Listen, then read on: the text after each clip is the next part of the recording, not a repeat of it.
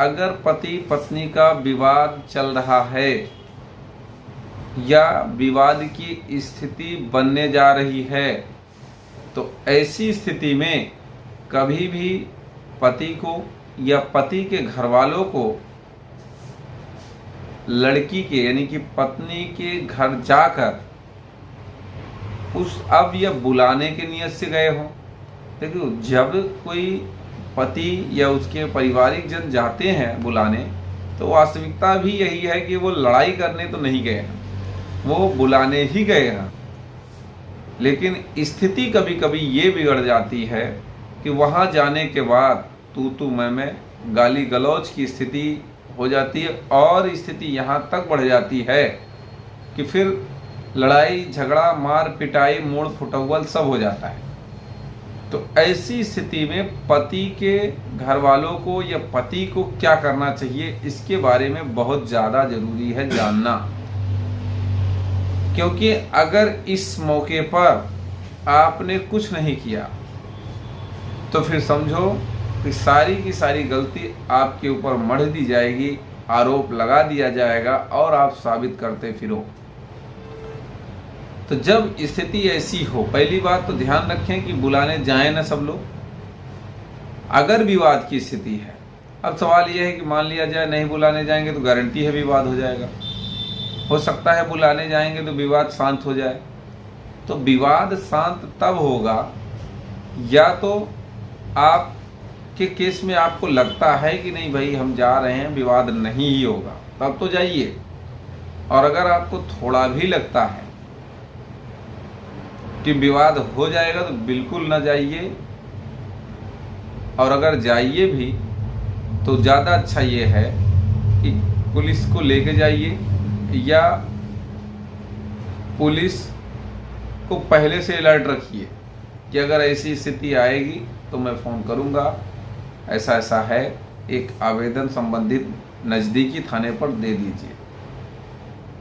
दूसरी बात ये, आप विवाद बिल्कुल नहीं चाहते हैं तो भाई महिला थाने में एक महिला परामर्श केंद्र में एप्लीकेशन दे दीजिए कि हम विवाद नहीं चाहते, हम मुकदमा भी नहीं चाहते, हम इस नियत से ये एप्लीकेशन दे रहे हैं कि दोनों पक्षों को आपस में यहाँ बुला के बैठा के समझा दिया जाए और फिर यहीं से लेते जाएंगे।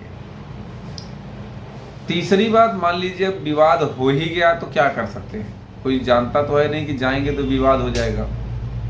अब अगर विवाद हो ही गया तो अब किस स्टेज तक विवाद हुआ है, किस स्थिति में, तो सबसे पहले ध्यान रखें कि जिसको चोटें आई हैं या जिसके खिलाफ जो भी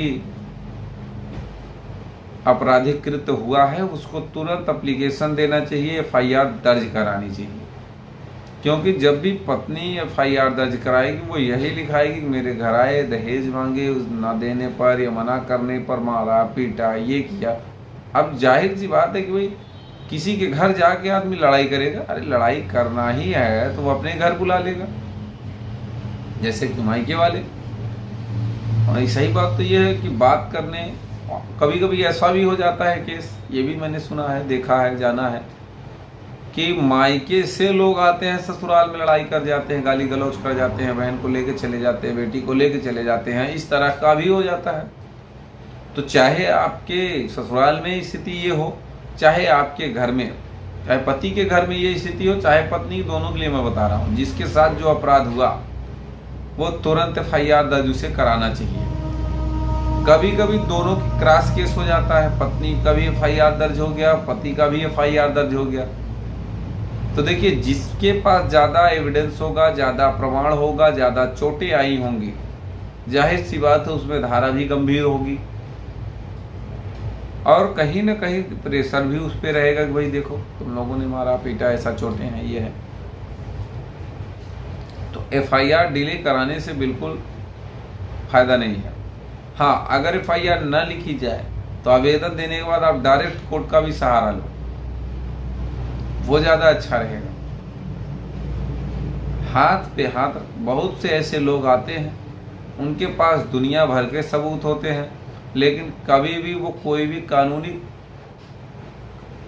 क्रिया प्रतिक्रिया इसलिए नहीं करते हैं, उन्हें डर लगता है कि हो सकता है विवाद बढ़ जाए ये सब करने से, या उन्हें ये डर रहता है या ये सोचते हैं कि भाई हम अलग से ही मुकदमाबाजी नहीं करेंगे, अलग से ही अगर हमारी इनके बात बन जाए जम जाए तो बहुत अच्छी बात है।